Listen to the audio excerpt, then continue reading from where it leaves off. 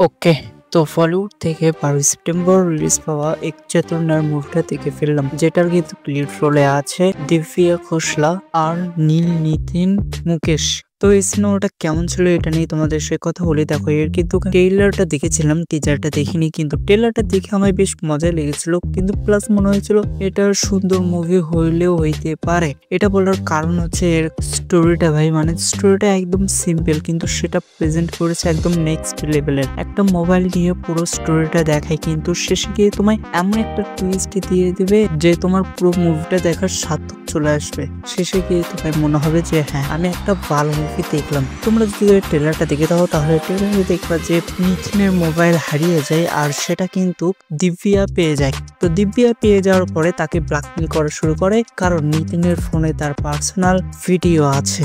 তো সে ভিডিওটা যেন লিক না হয়, লিক হলে তার রেপুটেশন খারাপ হবে, প্লাস তার কোম্পানিতে কিন্তু অনেক বড় লস হবে। এখানে কিন্তু দিব্যা একটা গরিব পরিবার থেকে বিলং করছে, বা তার স্বামী মারা গিয়েছে, সে বিধবা, সে তার শাশুড়ি এবং ছেলের সাথে থাকে, এবং সে একটা পার্মানেন্ট জব খুঁজছে, কিন্তু সে পার্মানেন্ট জবটা হতে ধরেও হচ্ছে না, এরকম একটা সিচুয়েশন। তো সেখানে সে জব করতে করতে এই মোবাইলটা পায়। তো এই মোবাইলে সে ভিডিও দেখার পরে কিন্তু তাকে ব্ল্যাকমেল করা শুরু করে, কিন্তু এখানে গিয়ে সে যে অ্যামাউন্টটা বলেছে প্রায় 2 কোটি টাকা, সেটা কিন্তু নিতিন দিতে চায় না। কিন্তু শেষমেশ গিয়ে যতদিন যাচ্ছে শত আরো দিব্যা অ্যামাউন্টটা বাড়াচ্ছে, আর নিতিন তাকে না দিয়ে পুলিশদের ভাবে বিভিন্ন পলিটিক্সদের দিয়ে কিন্তু তাকে ধরার চেষ্টা করছে। শেষমেশ গিয়ে কিন্তু দিব্যা তার বাড়িতেই কাজ নিয়েছে, একদম তার চোখের সামনে আছে, কিন্তু তার স্ত্রীকে যদি তার পার্সোনাল জিনিসটা দেখায়, এই কারণে কিন্তু সম্পর্ক খারাপ হয়ে যেতে পারে। এই কারণে সে কিছু বলছে না। এখন শেষমেশ গিয়ে মোবাইলটা নিতিন পায় নাকি পায় না,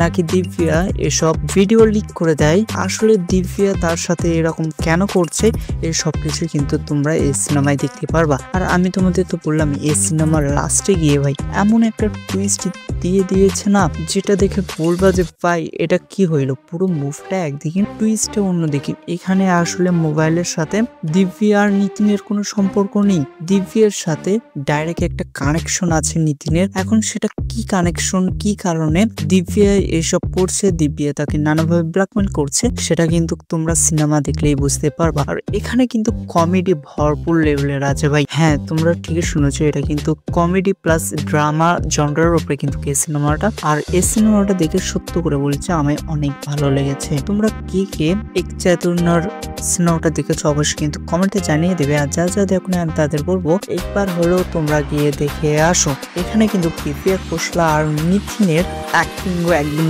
জবরদস্ত লেভেলের ছিল। এছাড়াও তো অন্যান্য কাস্ট আছে, তাদের অ্যাক্টিংও কিন্তু বেশ ভালোই ছিল। তো আজকের ভিডিওটা এই পর্যন্তই, তোমাদের সাথে দেখা হবে নেক্সট একটা ভিডিওতে। Good bye.